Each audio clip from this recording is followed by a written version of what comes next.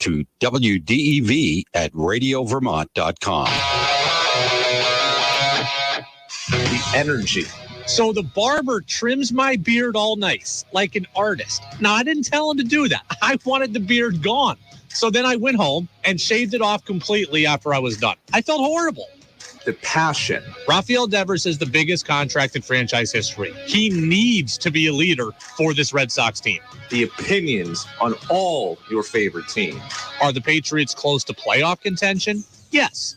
Are they close to Super Bowl contention? Hell no. This is the Brady Farkas Show on WDEV AM, FM, and WDEVradio.com.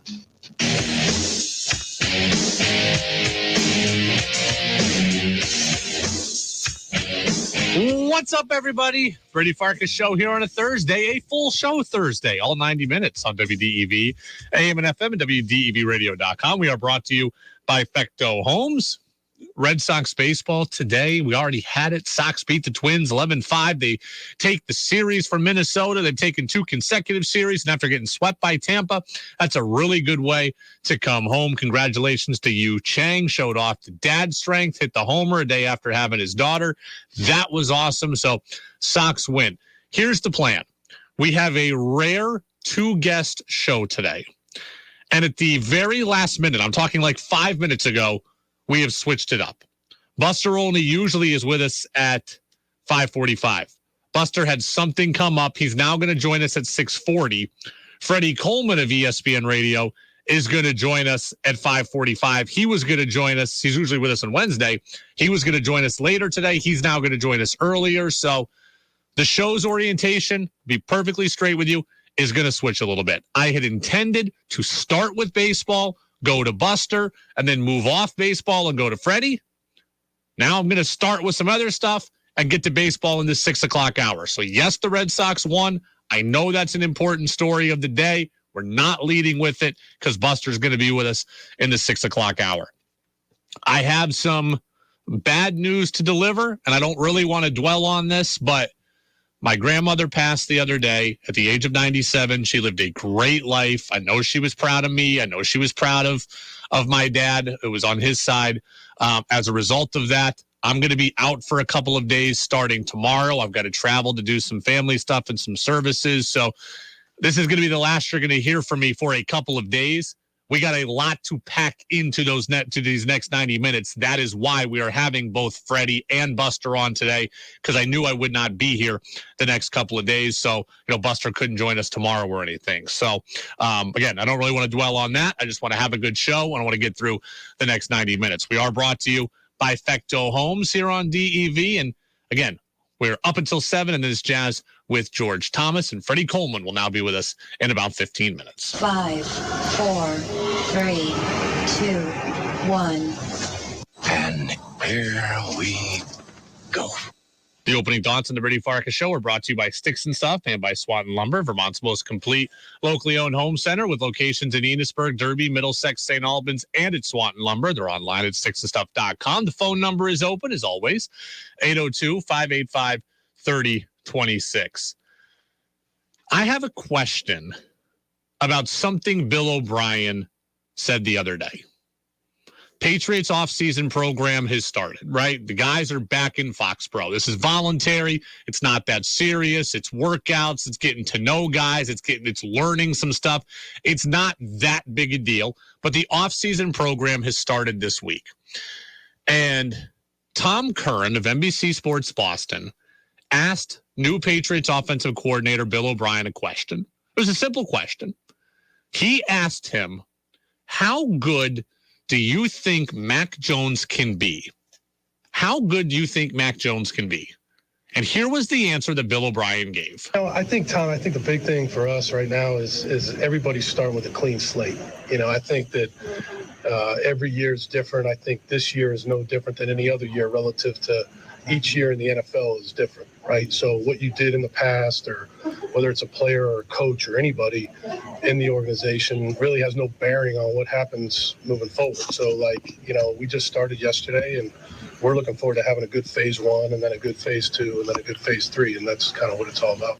So the question is, how good can Mac be? The answer from Bill O'Brien is everyone has a clean slate. Follow my logic on this. On one hand, I think that's fine. On one hand, it's a fine answer. It's good, right? Bill O'Brien's not going to judge the past. We're all moving forward. That's good to hear on one hand. On the other hand, you know what the answer wasn't? The answer wasn't a ringing endorsement of Mac. The answer wasn't, I think Mac is great. We saw his potential in 2021. He's a bright kid. He's played for a national title. He's been a Heisman finalist. He's gotten in the playoffs. The kid's made the Pro Bowl. I think he's got all the tools. I can't wait to work with him. I can't wait to work for him. I've been up all night developing an offense to bring out even better of his traits. The answer wasn't that. Okay, Mike McDaniel, head coach of the Dolphins, gets to Miami, unwavering support of Tua from day one. Never coached Tua, never been around Tua, never worked with Tua, didn't matter, unwavering support. Right?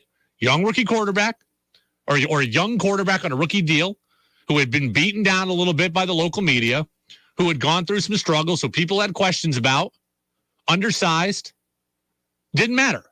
Mike McDaniel got to Miami, unwavering support of Tua Tagovailoa.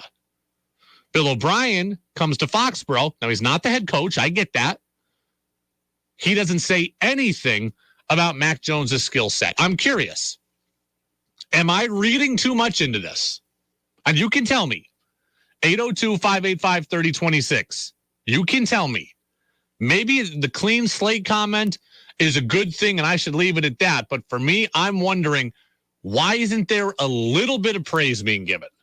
Why isn't there a little bit of tire pumping going on? Because that was the time. The question is, how good can Mac Jones be? And the answer had nothing to do with the question. And I just kind of wonder why. Bill O'Brien knows Mac Jones. It's not like they're totally unfamiliar. I know that he didn't coach him at Alabama. But at the very least, Bill O'Brien could have said, you know what, Tom? I got to know Mac a little bit at Alabama. He's a really smart kid. He helped teach me the offense. Ha, ha, ha. He's a smart kid. He works hard. Nick Saban raves about him. We saw what he could do in 2021. He was a first-round pick. Clearly, there's a lot of potential there. We saw some of that in 2021, and I'm just here to bring the best out of him even further. Even that would have been something. Instead, the answer was nothing to do with a question. I just want to know why. I just want to know if I am reading too much into that or not. Because I don't feel like I am. I see guys all the time come into new situations where they have no familiarity with the player and talk them up, especially a quarterback. And Mac didn't get that. And then separately, kind of on all this, Tom Curran brought up a good question of his own yesterday, and this is worth asking also. Can a slate really be clean? No dust, no remnants, no grudges, no what's in it for me? Everybody shelving their own self-interest? We'll see. That's a fair question. Bill O'Brien says the slate is wiped clean. Can the slate really be wiped clean? I ask you that. 802-585-3026. I don't know that it can. And I'm not trying to be controversial. I'm not trying to be confrontational. I'm not trying to be, just go against it for the sake of that. It's a legitimate question about a relationship. Is there too much dirty laundry and too much distrust for the slate to truly be wiped clean? I don't know. I don't think that it can. Now, I do think Bill O'Brien's fine. I think Bill O'Brien can come here with an open mind. I think he can look at Mac Jones and say, hey, none of your failures happened under me. We're just going to work together. I think that Bill O'Brien can do this. But Mac Jones and Bill Belichick, I don't know. I don't think that they can, because I don't think that I could. If I'm Bill Belichick and Mac Jones, I think I am always going to look sideways at the other. I think I am always going to have an air of distrust with the other, and that's not a real healthy place to be. Think about relationships in your life, whether we're talking about a spouse, a partner, or just a friend. Once you have been wronged, is the slate really ever wiped clean? Maybe with someone that you're married to, maybe someone that you've been best friends with for 25 years, you can get over something. But Bill Belichick and Mac Jones have been around each other for 2 years. They don't have all of that time built up, all that equity put in to just get over things. I don't think that they can just truly wipe the slate clean. They will say the right things. Well, Mac will say the right things. Bill will say nothing. They will look the part in public. We will see fun videos of Mac at training camp around, but we will see all of that. But deep down, I think there is going to remain a resentment on both sides. If I'm Mac Jones, I know it's going to exist for me. Because if I'm Mac, what am I thinking right now? I am wondering, does this guy really want me? Does this guy really believe in me? That's what I want to know. And I'm taking my mind to some dark places trying to answer that question. Did he really want to trade me? What was true? How close did he get to trading me? Would he have traded me if he got this offer or that offer? Would he rather have that guy or that guy or that guy? Did he ever want to draft me at 15, or was it just Robert Kraft that loves me? If he did love me and now he doesn't, what did I do wrong? I'm always going to look over my shoulder, and I'm always going to wonder how much he wants to believe, how much he believes in me. And now there's the news that today the Patriots hosted Will Levis, the Kentucky quarterback, on a visit. If I'm Mac Jones, I'm like, whoa. So now this guy tried to trade me, and he's bringing in a guy who's expected to be a first-round pick for a visit. What's going on here? If I'm Mac, I'm like, are we about to trade up in the draft to go get Will Levis? If Will Levis magically falls to 14, are we about to take him? And now my job is my career is in shambles. My job is up for grabs. It's not just Zappy I got to worry about. I got to worry about this kid from Kentucky, from the same conference that I played in, from a school that's not as good as mine. If I'm Mac Jones, there is always going to be a hint of distrust. I would not be able to wipe that slate clean. Think about it with your partner. If your partner cheated on you, how many of you can truly get over it? You might stay with that person. You might say you love that person. You might still love that person, but you are always going to look a little bit differently at them. The next time they go on a work trip, the next time they go out with their friends, you're always going to have a hint of doubt. You're always going to wonder, is he thinking about me or is he thinking about someone else? And that's where I would be if I were Mac Jones. Did he want Will Levis? Why did Will Levis come to visit? Did he want to trade me? Does he rather have that guy? I don't know if I'm Mac Jones, if I can wipe the slate clean. And then, frankly, if I'm Bill Belichick, I don't know that I can wipe the slate clean either. Mac Jones went behind my back. Mac Jones went and talked to other coaches about what was going on here. Mac Jones went and complained about the way I do things and undermined me. That's hard to get over, too. Now, I think Bill drove Mac to that point, but that's not how Bill's going to see it. That's not how Bill's going to see it. This is, I'm with Tom Curran. Bill O'Brien might be able to come into this with an open mind. The other two, they got predispositions about the other. And that's not real healthy. It's the Brady Farkas Show on DEV, brought to you by Fecto Homes. Texter says the Will Levis visit says it all. There's a major issue with Mac and Belichick, and that has not changed and may not change at all. Perhaps. I'm going to ask Freddie Coleman of ESPN Radio about the Bill O'Brien comments. I'm going to ask him about the Bill O'Brien comments. I'm also going to ask him about the Celtics. Am I the only one who is a Trae Young basher? Or does Freddie also not believe in Trae Young as the Celtics have a 2-0 lead in the Hawks? Freddie Coleman, ESPN Radio, with us next on the Brady Farkas Show on DEV. The WDEV studio is sponsored by Sticks and Stuff and Swanton Lumber, Vermont's largest independent home center, powered by Marvin Doors and Windows. Go to sticksandstuff.com for store locations and hours. Support women's health initiatives at Copley Hospital. Join us for the annual Stowe Art Wine and Food event on Thursday, June 1st. The evening gala includes a wine tasting, live and silent auctions featuring local artists and the best in domestic, international, and vintage wines, getaways, Vermont gift baskets, private wine and cheese tastings, and more, all while enjoying hearty appetizers and desserts from Susanna's Catering. And our famous wine pull is back.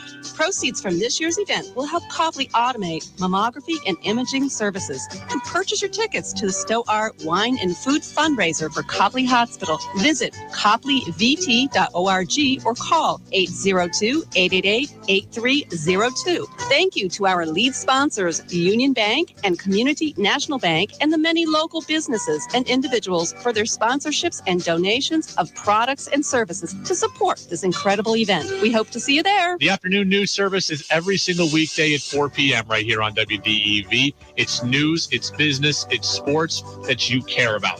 We talk to our local experts from all around the state, looking at every sector to keep you informed and up to date on the latest news that you need to be aware of. The afternoon news service every single day at 4 p.m. right here on the Friendly Pioneer, WDEV, AM and FM, WDEVradio.com, and streaming on the WDEV radio app. Looking to work for a company that has a positive, fun work environment? One that values you as a team member, where you can learn from the pros? Then come to work for the Radio Vermont Group. We're looking for someone to join our team on an entry-level position as a sales assistant. We're a family-owned and operated radio group with a history of serving our local communities. We offer a competitive base salary with opportunities to grow personally and financially. Are you an organized, detail-oriented person with exceptional writing and verbal skills? Do you have a positive attitude that's ready to take on new challenges every day? Our team is looking forward to working with you. If this sounds like you, apply now at scormier@radiovermont.com. To learn more, go to WDEVradio.com. The Radio Vermont Group is an equal opportunity employer. All applicants will be considered for employment without attention to race, color, religion, sex, sexual orientation, or gender identity. Your chance to be part of the show is on the text line at 802-585-3026. Now it's back to the Brady Farkas Show on WDEV AM, FM, and WDEVradio.com. Welcome back in. Brady Farkas Show right here on WDEV, AM and FM, WDEVradio.com. Buster Olney will be with us at 6:40. Buster usually with us at 5:45, but he had to switch some things around at the last second. So Freddie Coleman of ESPN Radio also willing to switch some things around for us, and we appreciate Freddie for doing that. Freddie Coleman, ESPN Radio, the Freddie and Fitzsimmons Show. Freddie, one of the best. Freddie, good Thursday. How are you? I'm good, my brother, but more importantly, how are you doing on the basketball court? 3 straight wins for us. Had 23 last week, but not as good offensively, but other guys stepped it up, and I tried to get them involved, and we're out to a 3rd straight victory. So you got in touch with your inner, being like the perfect guy to compliment Jason Tatum and Jaylen Brown on the team, huh? Like a little, I was trying to play a little Derek White last week, that's for sure. Yeah. My only question for you is this series going to be over in 4 or 5? Yeah, I think it's going to go to 5. I think the Atlanta Hawks will get what I like to call the friends and family win in game number 4, because I think the Boston Celtics will win game 3 and take advantage of that, then come back and close it out. And when they play like this, Brady, I thought last night the microcosm of the Celtics. They were so goofy in the first quarter, down by 11. Then they played the Celtics team we're used to seeing, and they run away and hide from that basketball team the rest of the ball game, even though Atlanta made a little bit of a run. So I thought the Celtics would win this series in 5. I haven't seen anything in the first couple of games to change my mind that the Atlanta Hawks can make this a series or win this series. Are you a Trae Young guy? Are you a believer in Trae Young? Or to me, he's just a smaller, not as good version of James Harden, and we've seen how that's worked out for Harden. Am I being fair, or is that too harsh? Oh, no, you're being fair. If anything, you can say he's a smaller version of Steph Curry, because that's who he really wants to be, playing basketball that way and taking those kind of shots. But at a certain point, if you're going to be a diva, you better have skins on the wall. And right now, the only skin he has on the wall is what they did the first time he got in the playoffs where they take down the New York Knicks. The Philadelphia 76ers gave that series away, and then he got injured after having a 2-1 lead against Milwaukee. That's not enough equity where you've run off a coach here and a coach there. And now you got a guy, Quinn Snyder, who apparently has the ear of the organization to say, we can win here in Atlanta, but can we win with our best player barely 6 feet, and especially with the kind of attitude that he has shown that can be good in the regular season and is good for YouTube videos and being part of commercials, but is that a championship-winning attitude? And that's why we started to hear that smoke before the end of the regular season, Brady, that the Atlanta Hawks are listening to any trade offers. So I don't think you're being harsh at all. I think you're being completely fair about where Trae Young is right now, even though he's a star, but he's not a superstar that I believe you can build around and win a championship. For the Celtics, what do you make of Derek White's performance? We knew he was good. We knew he was important, but to be able to get 24 here, 26 there, that's something a little unexpected.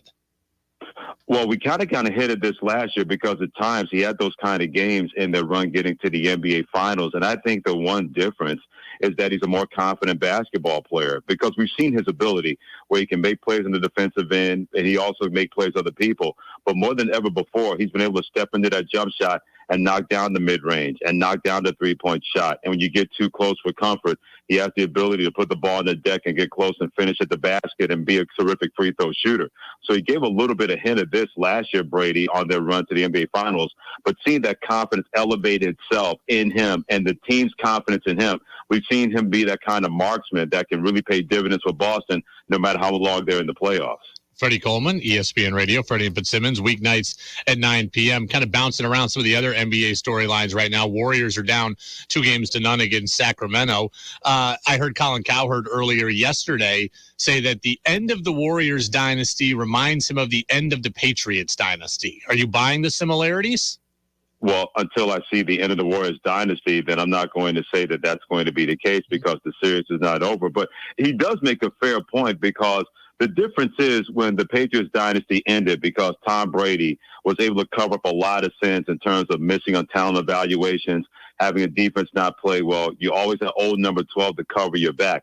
It's a bit different because as great as Draymond Green has been for Golden State, this team has run through Steph Curry and Klay Thompson. When they've been at the top of their game, we've seen the Golden State Warriors been able to do. And Draymond Green's been the ultimate glue guy that has been able to bring everything together. Not saying they're not going to miss him because I firmly believe that no matter what happens, he's going to be at another basketball team next year.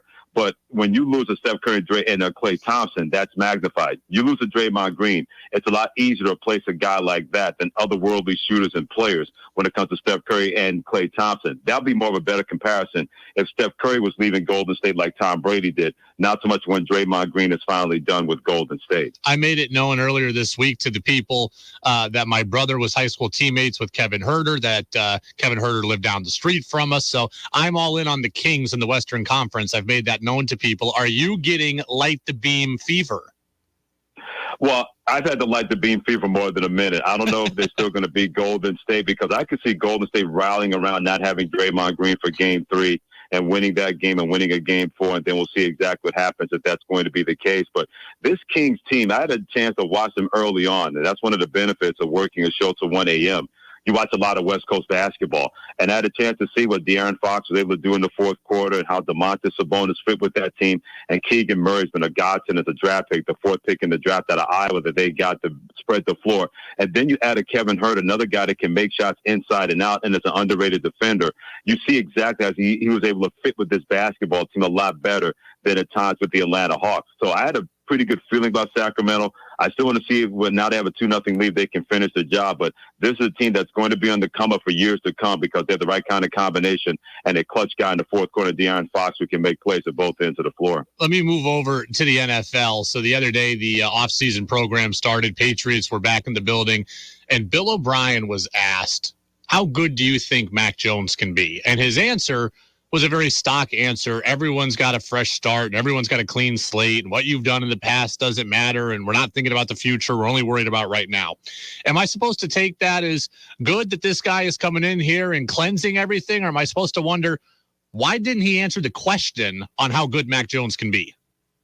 Because he still doesn't know until he actually has a chance to coach him, because the misnomer is that he coached them in Alabama. They were not there at the same time when Bill O'Brien was the offensive coordinator. When he was a consultant, the offensive coordinator was somebody different in Lane Kiffin and then Mike Locksley when Mac Jones was there playing football for Alabama, being the starting quarterback eventually. So he really doesn't know what he has until he actually has a chance to get his hands and his mind on him. So that's how he answered the question. He was very honest by saying, hey, I got to give him a clean slate because I can't go by what happened in year one or what happened last year that messed with him and Matt Patricia and Joe Judge and everything else.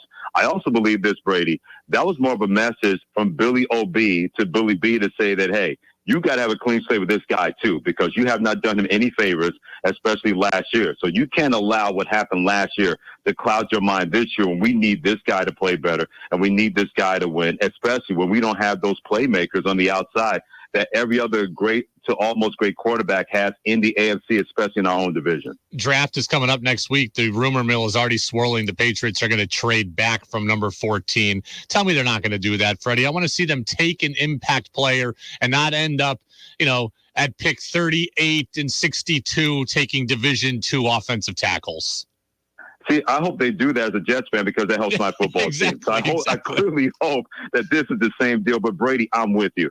If you're having the 14th pick in the draft, more than ever before in modern football, Bill Belichick better realize you can't just out-scheme and outsmart people and not have playmakers and not have impact players no matter what side of the football that is on. Because anybody that wants to compete for a championship or will lead their championship team, they have a playmaker somewhere on one side or on the other side on both sides of the football. You can no longer go into a season and say, we can out-scheme people because Julian Edelman is our best wide receiver. You can do that when Tom Brady is your quarterback, and we know kind of once-in-a-generational player that he turned out to be. They don't have that guy in their football team. So I think it would be a foolish thing to trade back and take a chance on somebody that nobody knows. More than ever before in modern football, in 21st century NFL football, you better find an impact player no matter where that player is, and you better find a way to stack enough of them to give you more than an arm's chance or arm's length kind of chance to do the AFC that keeps getting better and better each and every year with impact players and impact players at the quarterback position. Are your Knicks going to beat Cleveland or what? I still think the series goes 7. I thought that the Knicks could win in 7, and I think it's a 50-50 split. The fact you're able to get a Game 1 victory on the road is going to help them. But now if you're the New York Knicks, you got to do to Cleveland what Cleveland's not able to do to you, and that is keep home court advantage. So I can't wait to see how Game 3 is going to shake out, because if Darius Garland plays like that, that is something that the New York Knicks don't have. A guy that can knock down shots from the outside and can penetrate and get inside. Jalen Brunson can do that. We've seen Julius Randle do that. The Knicks need an R.J. Barrett to do that, and that's not his game. So if you can't make shots on the outside, you got to find a way to make shots close to the basket. And for God's sakes, R.J. Barrett, mix in a pull-up once in a while, because you get to the lane and then you try to get too close and then you settle and then you take a bad shot. If you mix in a pull-up and you do that, you'd be amazed how many points can go and have your way in a very quick way, in a very economical way. I want to see he's going to be able to make that adjustment and do that when this series continues to go on between those two. Freddie Coleman, ESPN Radio, Freddie and Fitzsimmons, weeknights at 9 p.m. Freddie, you're the best. We'll talk next week, and hopefully the Celtics series is over by that point. Yeah, I think it will be. So we'll have plenty to talk about. Can't wait to do that in 7 days, my brother. Oh, there goes Freddie Coleman, our ESPN Radio. It's actually going to be 6 days. I might have said it wrong, and that cute Freddie to be wrong at the end. But 6 days. Freddie will be with us next Wednesday. He's always with us on Wednesday, but today we switched it around because we had a full show and we could give more time to it. So wanted to get Freddie on here. I saw something that said the Patriots are going to trade back. I think Scott Zolak said he thinks they're going to trade back. I don't want to see it. I don't want to see it. I want the Patriots to take impact. The Patriots, like Freddie said, need impact. Like Freddie has said before, today in football today, you need dudes, and the Patriots haven't had enough of them. Bills got dudes. Jets got dudes. Dolphins got dudes. You got guys. Go get a dude. Make a pick. Trade up if you have to, but get a guy that can be an impact player. It can't all be about value. It can't all be about hidden gemness. You've got to be able to get some guys that project to be impact players right away. You want to make the playoffs, which I think the Patriots do, you're going to have to surprise some people. You're going to have to get some impact. You didn't get it in free agency. You haven't done it via trade. You got to do it through the draft. And in order to do it, You got to make a pick in the first round. It's the Brady Farkas Show, brought to you by Fecto Homes on WDEV, AM and FM, and WDEVradio.com. And Freddie, when we come back, Freddie defended me. So I hope all the haters will stop getting on me. 96.1 WDEV FM Warren, 96.5 W243 AT Barry, 98.3 W252 CU Montpelier, AM 550 WDEV Waterbury. This is CBS News on the Hour, presented by Indeed.com. I'm Monica Ricks in New York. More than 40 million Americans from the South to Midwest are bracing for strong thunderstorms, hail, and possible tornadoes later tonight. After about a dozen twisters hit Oklahoma, this man lost everything. Yeah, it's material things, but it's your heart. Your family's worked hard for all this. It's hard. 3 people died there. The Pentagon's now taking steps to prepare for possible evacuations in Sudan. Here's CBS's David Martin. U.S. officials say special operations forces have been moved to an American base in the African country of Djibouti. U.S. officials are trying to arrange a ceasefire that would allow U.S. troops to conduct an evacuation through the airport. Without a ceasefire, it may be too dangerous for Americans to get to the airport or for the special operations forces to fly in. Sources tell CBS News President Biden may make a big announcement next week on his re-election plans. It'll likely come on April 25th. Not solid, but it happens to be the same day that he announced his run 4 years ago.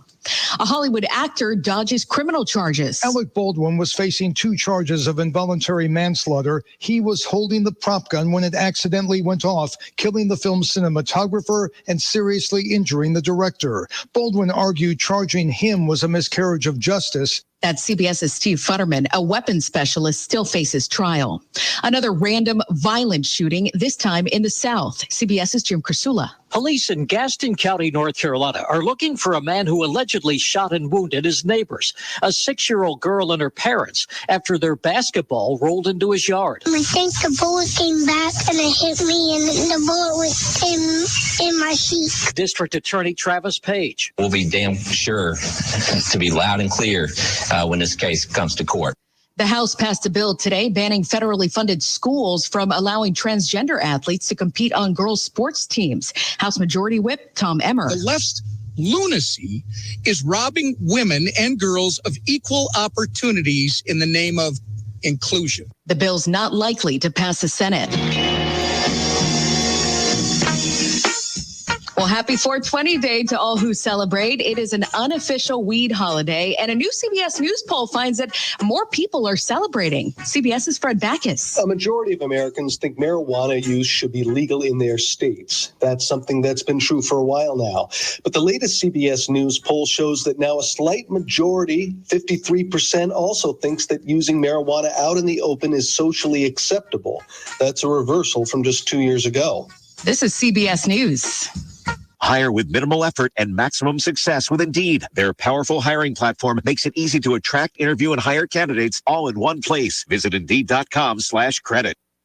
In business, everything your employees do impacts your brand, including what they wear. Cintas has high-performance workplace apparel for almost every job imaginable. From work shirts and pants, to polos and khakis, to Oxfords or T-shirts, these clothes move, breathe, and look great. Your team gets the styles they like, you convey the image you want. And Cintas service includes weekly laundry and delivery. To learn more, visit Cintas.com. Oh, I'm ready! And get ready for the workday. For the ones finding new ways to ensure the job always gets done. For the ones wearing many hats. For the ones who are hands-on, even from far away. And the ones keeping business moving forward. We are Grainger, offering professional-grade industrial supplies, plus real-time product availability and access to experts ready to answer your toughest questions. Call, click Grainger.com, or just stop by. Grainger, for the ones who get it done. This produce tops a lot of grocery lists. It's enough to make a chimp smile. Instacart says its most popular food item is bananas. The company says it's delivered more than 1 billion bananas through the app, and it's nothing new. The fruit has been the #1 selling item on the platform for almost 11 years. Deborah Rodriguez, CBS News. SpaceX got big cheers from people watching its giant new rocket blast off this morning in Texas, but it exploded minutes later. It was the Starship rocket's first test flight after Monday's launch got scrapped over a stuck valve. No people or satellites were on board. SpaceX plans to use Starship to send people to the moon someday.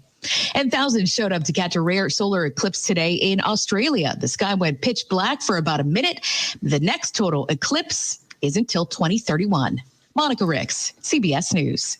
Make your opinion heard by texting onto the Brady Farkas Show at 802-585-3026. Now it's back to the Brady Farkas Show on WDEV AM, FM, and WDEVradio.com. Welcome back in. Brady Farkas Show brought to you by Fecto Homes on WDEV, AM and FM, WDEVradio.com. We go up until 7 o'clock. Then Jazz with George Thomas comes on. Buster Olney of ESPN will be with us at about 6:40. Red Sox win today. We'll play you some of the highlights here in this hour as well. They get an 11-5 victory in day baseball over the Minnesota Twins. Thank you to Freddie Coleman for defending me on my Trae Young thoughts. I don't know why. It usually doesn't bother me when people tell me to disagree with me. It usually doesn't bother me when people tell me they don't like me. But I got a text on Monday that bothered me. Said, Brady, sounds like you got some personal beef with Trae Young.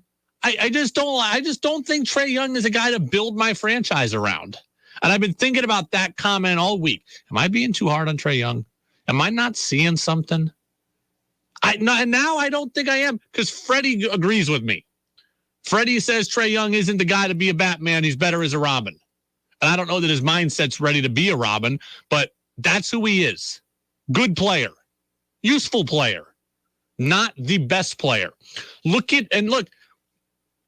there's not necessarily shame in that. Trae Young is light years of a better basketball player than any of us will ever be, and he will get paid hundreds of millions of dollars in his career. And I recognize that and accept that. This is not that Trae Young is not good.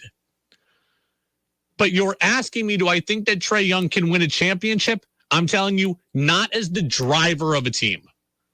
Do I think that Trae Young is a top 10 player in the league? No, I don't. Okay. We have seen this before. There are other excellent players that are not championship level players. James Harden was that for years. Carmelo Anthony was that for years. Chris Bosh went to Miami, an excellent player. He was a great player before that in Toronto, was not a championship player. Paul George is a guy who got max contract player. He's not a championship driver. Russell Westbrook was great forever, not a championship driver. There are very few just championship drivers who can be the centerpiece of your team. LeBron has done it a bunch of times. Steph Curry has done it a bunch of times. Kawhi Leonard showed he could do it. I think Durant could do it, although he hasn't done it yet. Look at Kyrie Irving. He can't do it.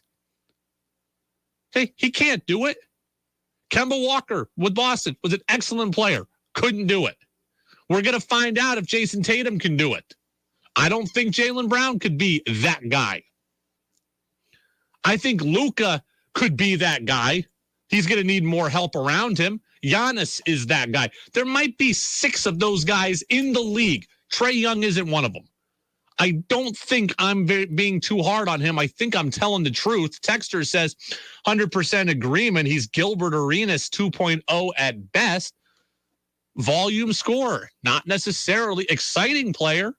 Fun player, could go for 50 in any given game player, but is not a championship player. And look, it's not just me. It's not just Freddie. Brian Scalabrine of the Celtics broadcast team, he agrees. He thinks the Celtics should bench Trae Young, or he thinks the Hawks should bench Trae Young.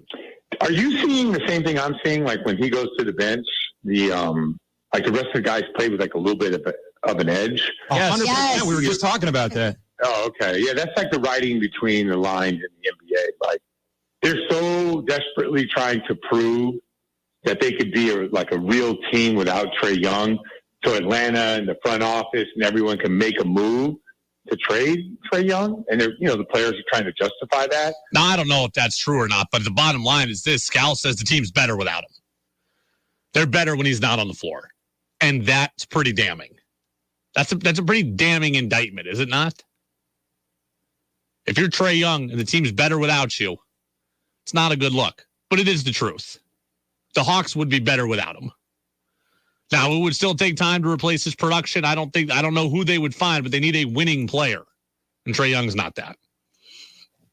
I want to get into baseball because there's a lot of stuff I want to get to within the sport here before Buster comes on at 6:10. I want to wrap up our football conversation with this for the day. It's pretty interesting stuff here.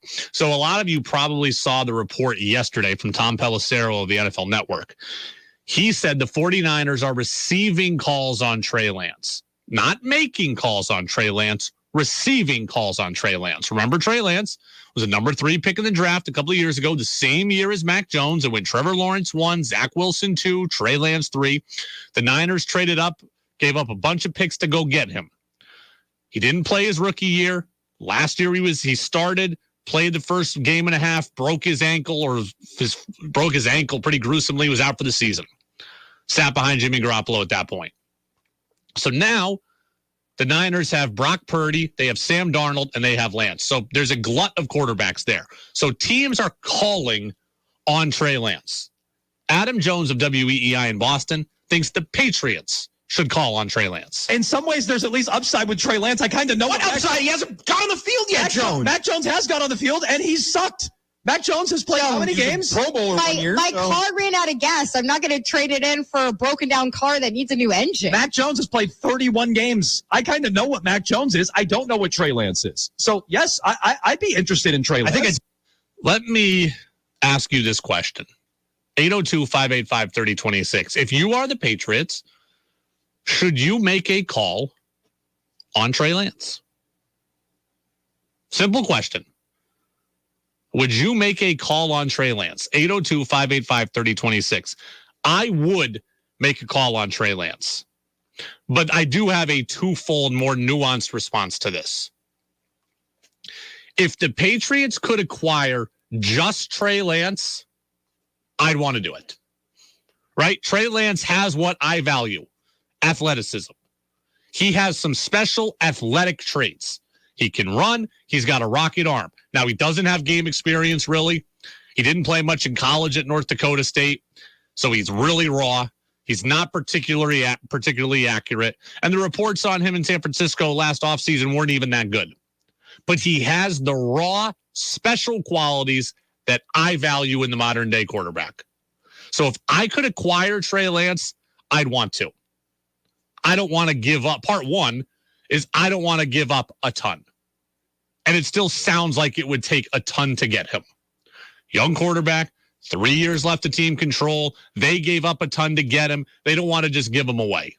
And I can understand that. If I'm San Francisco, I'm probably hanging up the phone. If you'll take him, if you'll take a 4th round pick for Trey Lance, I would do it in a heartbeat. I would put him in a competition with Mac Jones, and then I would be able to go to work. Right? If I had Mac and Trey Lance together, and all I had to do was give up a 4th round pick for Trey Lance, 1,000% sign me up 8 days of the week, twice on Sunday. Absolutely 100% I would be in. Now, I don't think the Niners would do it, but I would do it. If I could get just Trey Lance, and I have him and Mac this offseason battling it out, I'm good with that. Part 2 of my equation is this, though. If I have to trade Mac in order to get Trey Lance, I'm not doing that. I would love to acquire Trey Lance and put him alongside Mac. I do not want to get rid of Mac in order to have Trey Lance. Both players, like I've told you this 95 times in the last 3 years. 195 times, 1,095 times. The quarterback position is about value, and Trey Lance doesn't have a lot of it. He and Mac Jones both have 3 years left of team control, but Trey Lance is so far behind Mac in terms of development, I can't do it. Because here's what happens. If Trey Lance is my quarterback, how does this go? He plays this year. He's really raw. He's getting experience. He's finally back healthy, and he likely struggles.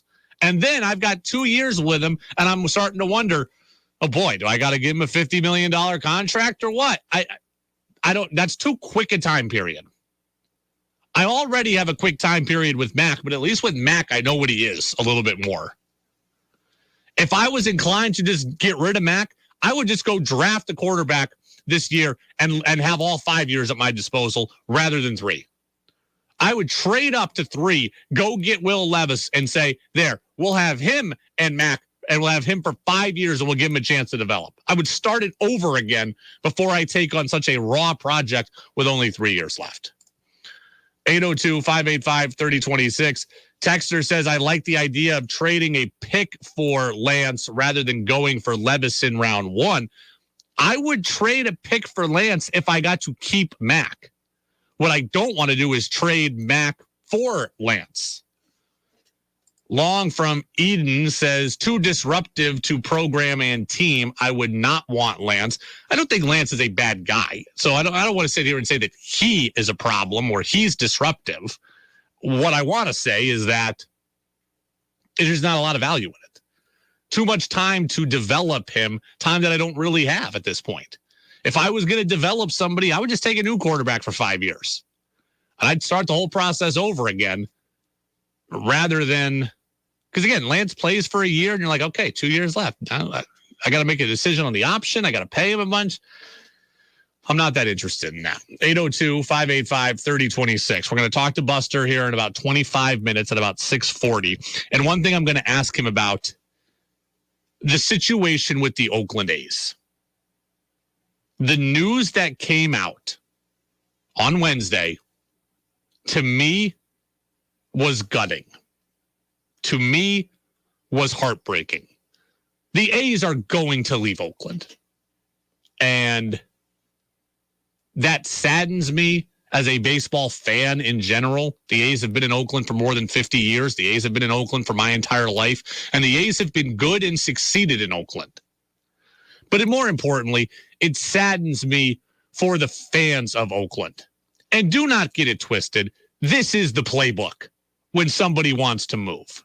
This is the playbook. I'm sure at some point there was a real good faith effort to keep the team there and get a stadium. I am sure at some point the A's did try, and I'm sure at some point there was political stuff that got in the way with lawmakers. I believe that. I believe at some point the A's tried, but in the last few years, it clearly has turned, and this is the playbook. The team has been gutted from a payroll perspective. The team has been bad. The stadium has been allowed to further fall into disrepair. The stadium has not been touched. The stadium has not been improved. And because the stadium is bad and because the team is bad, now the fans don't want to go. And now everyone wants to blame the fans for it. Well, hey, we don't have any fan support, so it's time to leave. That's BS. We see this all the time. Ownership guts the franchise and then blames the fans. I saw this is very personal to me because I saw it in the NBA. When the Seattle Sonics left and moved to Oklahoma City, I saw it firsthand. And I didn't remember all of it because I was only 17 or 18, but I went and watched a documentary on the Sonics leaving for Oklahoma City. This is exactly what happened. Clay Bennett came to town, Oklahoma City businessman, said he wanted to stay, said he wanted to try to get a stadium or an arena in that case built, said there was too much political red tape, gave some deadlines, acted like he was trying a little bit more, and then he gutted the team. He cut off the team from local media. He made the team a group full of unknowns. He made that team not accessible. He made the team bad. He made the team not want to go, or made the fans not want to go to games. And then he moved the team and said the fans have no support. We'll take them to a place where they do. That's the playbook. I'm sure not every relocation in history has gone that way, but modern day, that's the playbook. And that's what's happened to Oakland. And I feel bad for those fans. I saw on social media all day right after the news came out that, oh, Brady, nobody goes to the games. The fans should have tried harder to keep them there. The fans should have showed ownership. No, that's not how this goes. The team was horrible. because ownership made it horrible, and ownership set this plan in place. And I feel bad. The Oakland A's existed since 1968 in Oakland. They won multiple titles in the 70s. They got to the playoffs several times in the 2000s. They got to the playoffs as recently as a few years ago. I think they won 86 games in 2021. So the Oakland A's have worked in Oakland. The Oakland A's have gotten fan support in Oakland. What is changing now is the dollar amount that's going to be afforded to them by Vegas, and their ownership group led by John Fisher wants to be there. I'm gutted for A's fans. I was gutted when the Sonics left Seattle. I saw my dad, a grown adult man, gutted when the Browns left Cleveland. This stuff hurts. This stuff really hurts. And I feel bad for some 14-year-old kid that doesn't know any better, that's got their sports innocence now being ripped away from them, and who's got A's posters on their wall and doesn't care that the team is going to go 57-102 or 57-105. That kid that doesn't care, that kid that just loves baseball, that kid that loves those players that we know are any good, and that kid's going to cry himself to sleep because he can't see his favorite team anymore. I feel bad for those people because that's what happened to me. Again, I was 17 or 18. I don't know that I cried myself to sleep, but I turned myself off from the NBA for a number of years because my favorite team was gone. And that's what's happened to Oakland. They're going to move to Vegas. The statement came out from the team. They're looking at Vegas. The report came out from the Nevada Independent. The team is buying land for a 30 to 35,000 seat stadium 1 mile away from where the Raiders play. Everybody wants to be in Vegas now. They've got hockey. They've got football. They're going to host the Super Bowl, MLS expansion possibly. Vegas is the hot place to be, and the A's are the team that wants to be there. And do I care personally as a baseball fan? Probably not, because I'm not an A's fan. But I am gutted for that 10-year-old, that 11-year-old, that 12-year-old that will lose their favorite team and all the memories associated with it. And they're never going to get that sports innocence back. And that really hurts. I remember when my sports innocence got taken. It was when I was 11. Alex Rodriguez signed for $252 million with the Texas Rangers. And it was that day that I learned sports was not about my team. It was about money.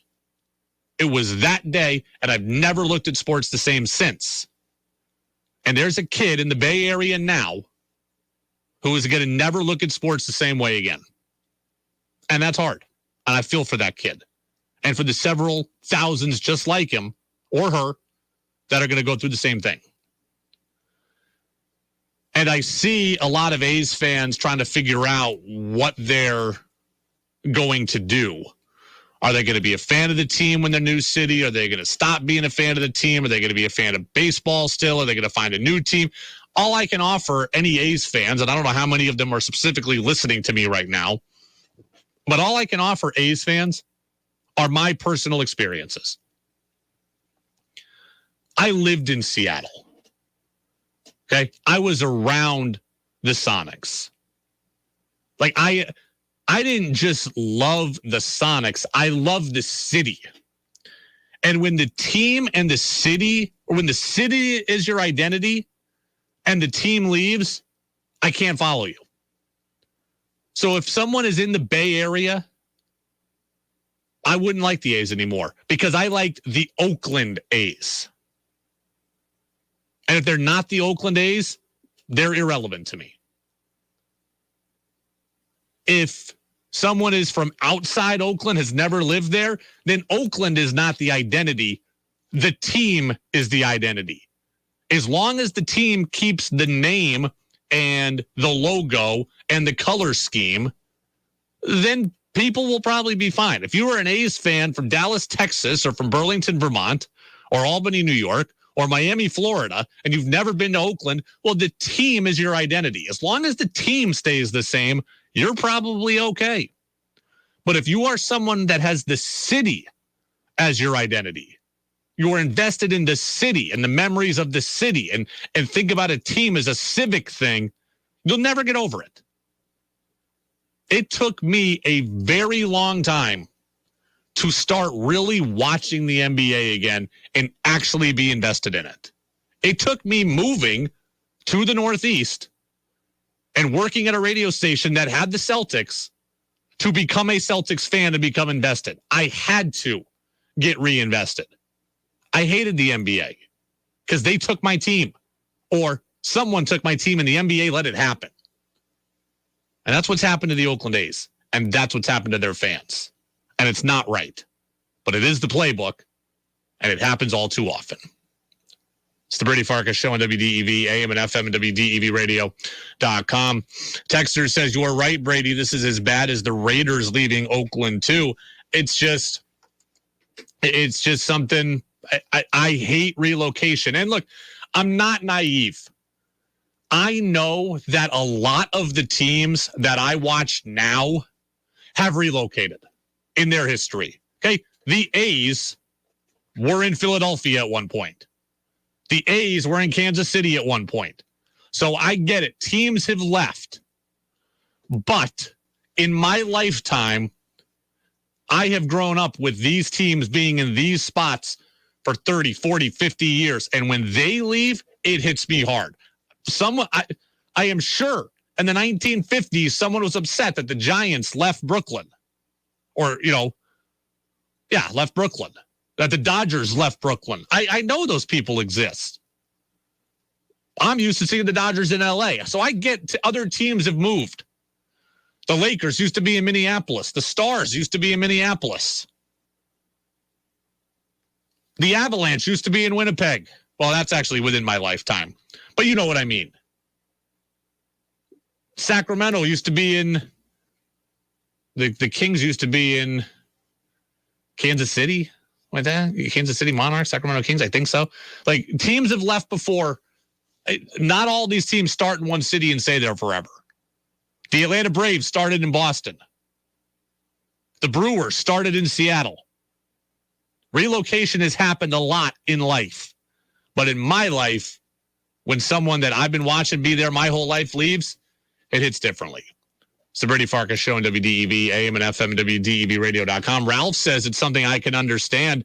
Ralph is a Rams fan. I don't know if... Oh, the Kings were in Cincinnati and then Kansas City. So I was right, but I didn't have all the moves down. Ralph is a Rams fan. I have to imagine he understands it. I mean, the Rams have been L.A. Actually, weren't they? So L.A., St. Louis, back to L.A., I mean, I think it all depends on kind of your, again, do you identify with the team or do you identify with the city? I'm a diehard Mariners fan, but I am a diehard Seattle fan. If the Mariners left Seattle, even if all my favorite players went with them, I would not be a fan, right? Because to me, they wouldn't be the Mariners anymore. JP in Charlotte says the Avalanche came from Quebec City. Yes, I said Winnipeg, didn't I? Winnipeg became the Coyotes. My mistake. Good call. Good catch there, JP. Yeah, the Nordiques left Quebec, went to Colorado, became the Avs, won the title in 95-96 against the Panthers, and then Winnipeg, the original Winnipeg Jets, went to Arizona and became the Coyotes. Too much relocation in the NHL. Tech says, yeah, the A's originated in Philly. Yes, that I knew. I just, if the Mariners left, I wouldn't be a fan anymore. And that's just the truth. That's just the truth. I would not be a fan anymore because I identify with the city. And when the NBA goes back to Seattle, I will be a fan of that team. 100%. It's the Brady Farkas Show on WDEV, AM and FM, and WDEVradio.com. We are brought to you by Fecto Homes. Buster Olney going to be with us in about 10 minutes here. Let's just get to the Bruins quickly. Honestly, there's not a lot to say about last night. Bruins lost 6-3. It was 2-2 after 2. A 4-goal third period blitz by Florida did the Bruins in last night. It was ugly. Third period was ugly. And the Bees got totally outclassed. They got a late goal. It was 6-2. They got a late goal to make it 6-3. there is something that Jim Montgomery said that I hope he was just being facetious about. I don't know how many of you saw this, but after the game, it's a very quick 3-second soundbite. Jim Montgomery was asked, does a game like that, does a result like that make you think about changing things up? This is what Jim Montgomery said. I think it gives me pause to think about changes everywhere. Does it make you think about making changes? He says it makes me think about making changes everywhere. I hope he doesn't mean that. 802-585-3026. How are your thoughts on that? I hope that Jim Montgomery doesn't mean that. I hope that that is coach speak. I hope that is a blow-off answer for the media. I hope that that is a locker room scare tactic. I don't know, but I hope it's not reality. The Boston Bruins had a record-breaking season. You're not supposed to be able to sweep these series. I hope that Jim Montgomery does not get overly reactive because of one loss. Now, could he change out the goaltender? Maybe. We see goalies change in the playoffs. Could he play Swayman instead? Maybe. And that one, I could be all right with testing that. But I don't want to see a whole lot of wholesale changes. Right? I don't want to change up the lines unless Bergeron's back. If Bergeron's back, then you alter the lines based on that. But otherwise, I don't want to see a lot of things change. I don't want him to be overly reactive here. Again, hopefully he didn't mean it. Hopefully it was just for the media. Hopefully it was just for the locker room. But the Bruins are too good and have been too good and have responded too well this season to a lot of different things for me to go and make wholesale changes. I just can't do it. I just can't do it.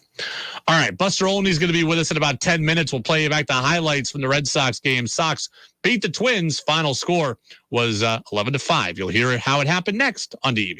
In business, everything your employees do impacts your brand, including what they wear. Cintas has high-performance workplace apparel for almost every job imaginable. From work shirts and pants, to polos and khakis, to Oxfords or T-shirts, these clothes move, breathe, and look great. Your team gets the styles they like, you convey the image you want. And Cintas service includes weekly laundry and delivery. To learn more, visit Cintas.com. Oh, I'm ready! And get ready for the workday.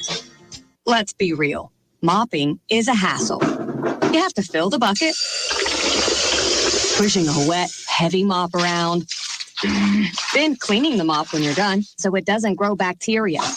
A hassle on top of a hassle. Try Swiffer Wet Jet. With Swiffer Wet Jet, you start with a fresh pad and cleaning solution every time.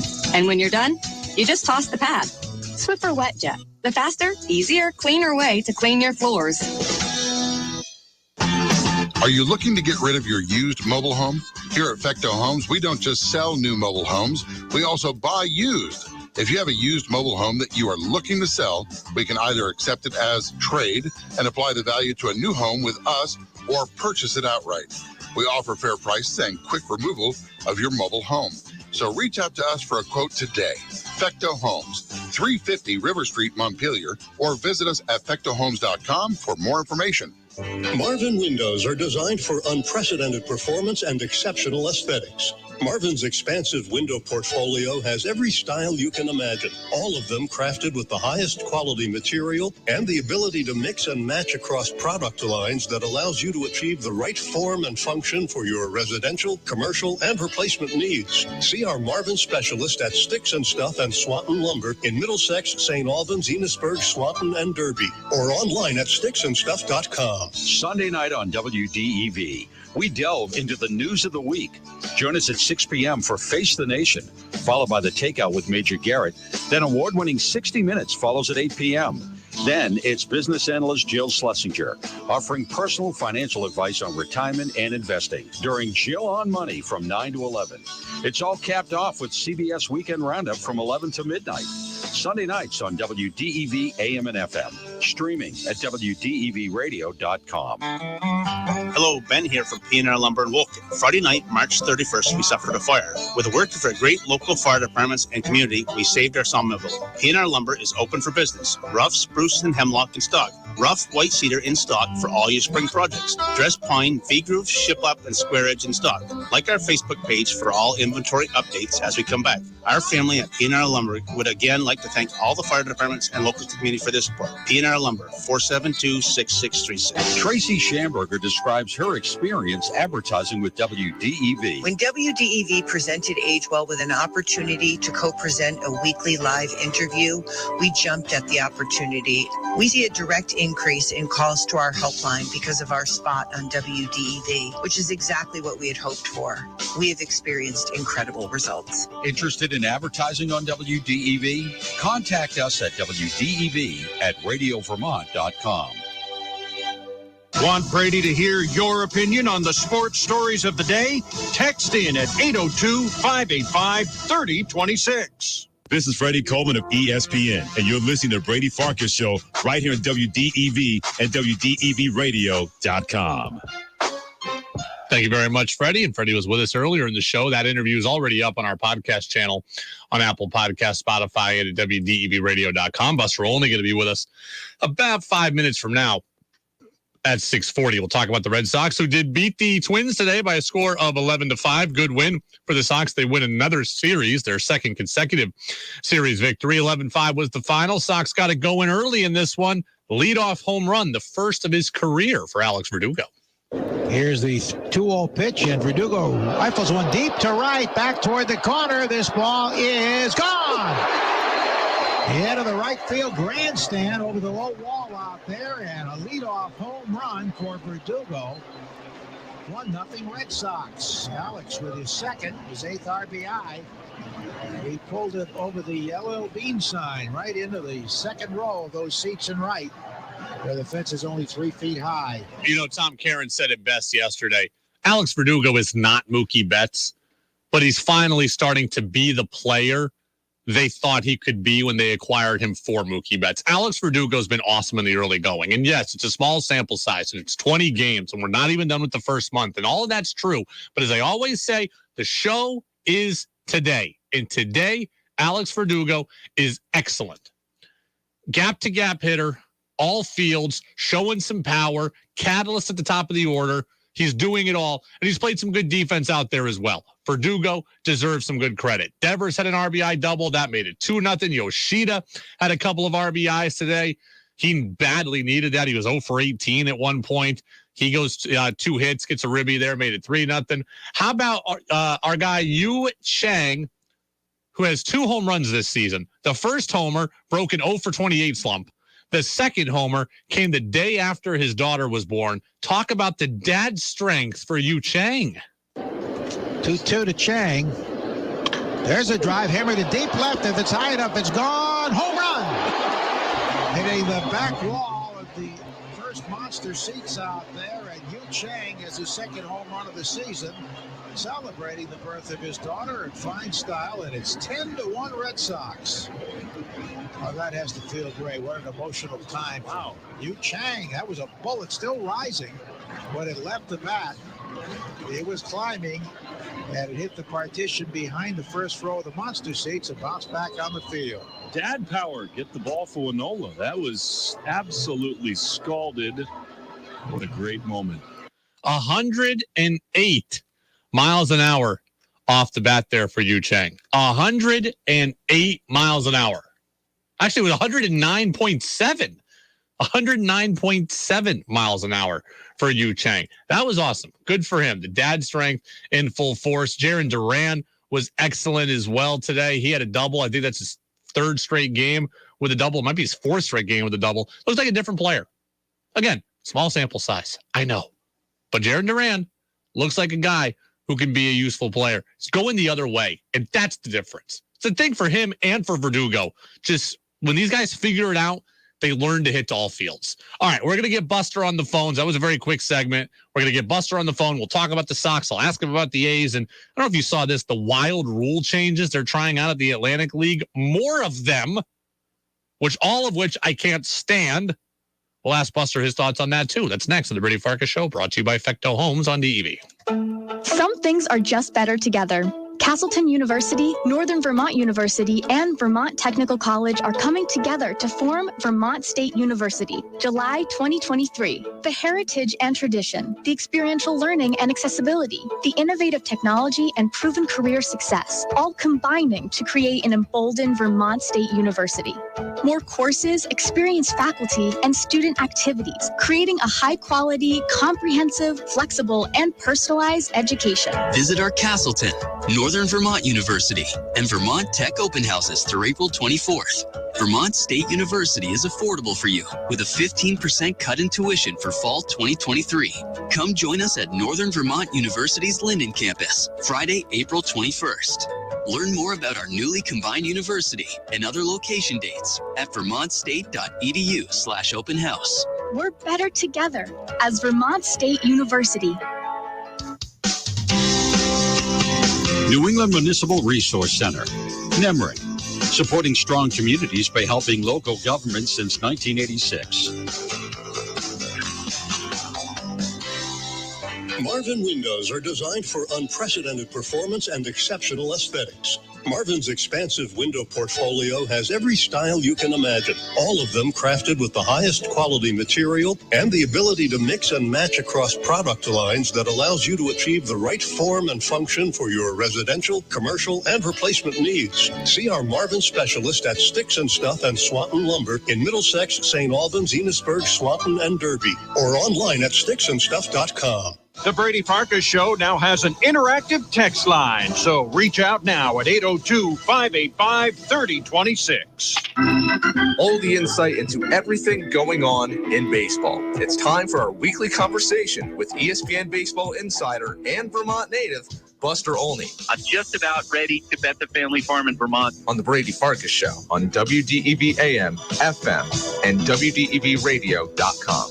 Welcome back in. Brady Farkas Show here on WDEV, AM and FM, and WDEVradio.com. The rare two-guest show today. Freddie Coleman of ESPN Radio was with us in the 5 o'clock hour. That interview is up on our podcast channel. And joining us now, as he does every Thursday, a little later than usual today, but always appreciate him making time for us, is our ESPN MLB insider, Buster Olney. Buster, how are you? Doing well. It's very interesting watching the Red Sox game today. A lot of good things happening. Yeah. A lot of good things happening, and you've been around players enough in your career, Buster. I feel like when guys start to figure it out at the plate, you really start to see them use all fields, and that's exactly what Alex Verdugo's doing right now. He's hitting the ball with authority, gap to gap, and I know small sample size be damned, but Jarren Duran is now starting to figure out to go the other way too. That's a huge part of a player's development. Yeah, and Yoshida, too. Yeah. Although he's an older player today, to see him take that simple approach in that last plate appearance, take the ball to left field. Look, in Alex Verdugo's case, he's always been a guy who is seen as being a really good hitter from the days that he was in the Dodgers organization, coming up through the minor leagues. Really good athlete. Obviously someone who, with enough talent that the Red Sox would be comfortable making the centerpiece of that Mookie Betts trade. But it really did feel like that this winter, Alex Cora called him out in a good way by basically challenging him into be in better condition. And he met that challenge. And he's clearly in better shape. At this stage in his career, he's probably at the point where he's at a crossroad between being a journeyman or being somebody better than that. And it's fun to see his enthusiasm and as he seems to ascend to the next level where he really needs to get to. Buster, I have patience, and I'm not trying to be like big market radio Boston loudmouth guy when I ask this, but we've talked for weeks about should the Red Sox use a 6-man rotation and how will they handle everybody getting healthy, and now Bayo's back and Paxton's close and Houck was really good today. They do seem to have a glut of starters, and Cutter Crawford was really good the other day in long relief, going 6 1/3 on that Marathon Monday. What all this is leading to is how long can you afford to let Corey Kluber look like this and stay in the rotation? Well, I think we got a clue with that today from the Arizona Diamondbacks, who, after watching Madison Bumgarner struggle in his first 4 starts, after not being that good in recent years. He had a 10.32 ERA, and they cut him loose this morning. Essentially, They designated him for assignment. They're going to probably wind up dumping him.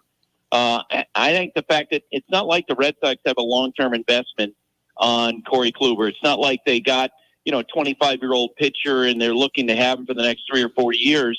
He's plugging a hole for this year, and if he pitches great, it works out for them. If he's not pitching well, then I do think they need to move on. I mean, let's face it. Even no matter what happened this year, I think it is an important year for the front office in terms of taking a step forward, and that's going to be measured by the fan base and wins and losses. And just as the Diamondbacks made the decision, look, we're trying to move up, we're trying to win more games this year. I think that's what the Red Sox have to decide. What's their best path to winning the most games? And if Corey Kluber's not going to help in that, then they have to move on and use the guys they have. I don't know that I don't think it's fair, obviously, to expect him to be like this every time out. But Chris Sale gave a glimpse to what is still left in the tank the other night against Minnesota, those 11 strikeouts in 6 innings. What are you hearing about Sale after that performance? Yeah, that it was part of the reason why he did what he did was because of substantive changes that he made. The day after that, I tweeted out a list, a percentage breakdown of the pitchers he'd thrown, and just noted that it was the lowest percentage what he had in that start of four-seam fastballs that he had thrown this year, and then he had thrown a higher percentage of sinkers. And it's so funny, but within a couple hours, I got, in speaking with a source, said, yeah, there's going to be changes with that. He basically ditched his sinker in that last start.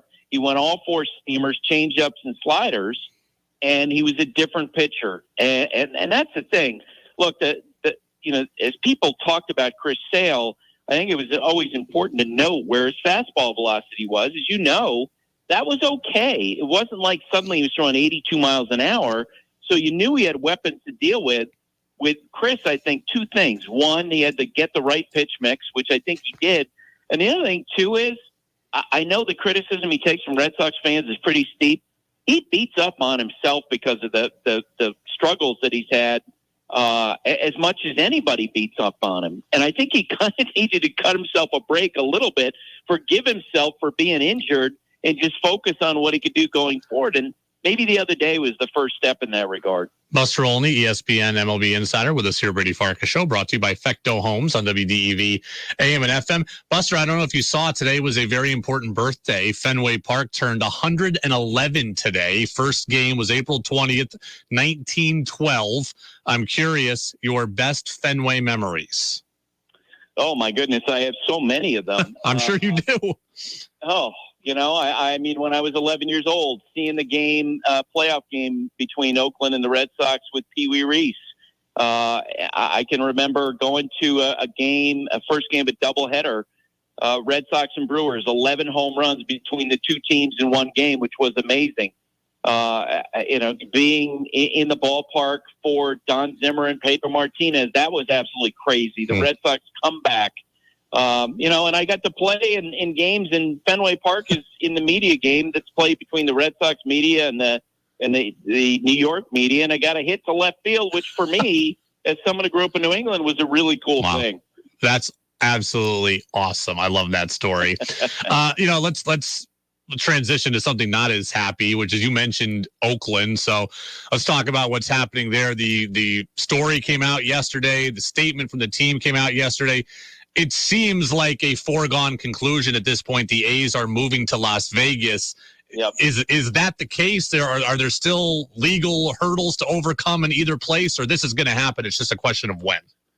Well, it's either over or it's one of the better examples of brinkmanship we've ever seen between a city and a team, because the mayor of Oakland, as you saw last night, announced the negotiations are over as far as they're concerned.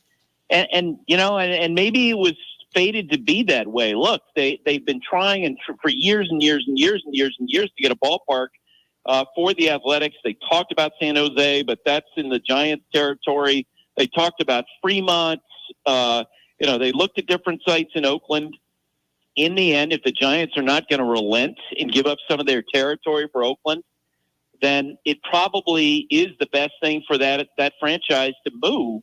But I mean, let's face it, with how the owners handled everything there, with the way that they're tanking this year, they basically run the team into the ground. It does remind you of the movie Major League, where that they absolutely you have the owner essentially seemingly rooting against the team.